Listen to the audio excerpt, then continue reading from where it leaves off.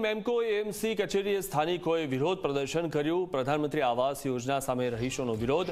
નરોડા રહેતા લોકોને વટવા આવાસના મકાન ફાળવવામાં આવતા તેમણે નારાજગી વ્યક્ત કરી છે। વારંવાર રજૂઆત કર્યા બાદ પણ નક્કર પગલાં ન લેવાતા વિરોધ થઈ રહ્યો છે। કુલ 120 ઘરના લોકો અસરગ્રસ્ત છે। નરોડા રહેતા લોકોને નરોડા જ આવાસ ફાળવવામાં આવે તેવી આ લોકો માંગ કરી રહ્યા છે।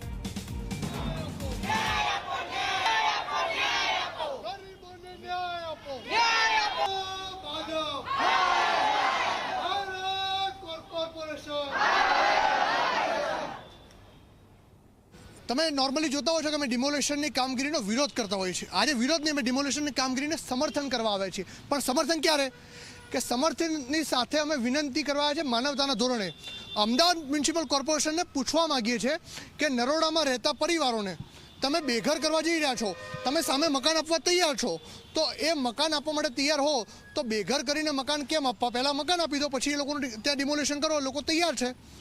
બીજી વાત એ છે કે નરોડામાં રહેતા લોકોને તમે ઉઠાવીને વટવા નાખી દો, વટવાવાળાને ઉઠાવીને નરોડા નાખી દો। આનો મતલબ શું? કોર્પોરેશન જો મકાન આપવા માગે છે તો નરોડામાં રહેતા વ્યક્તિને નરોડામાં આપે, વટવામાં રહેતા વ્યક્તિને વટવામાં આપે।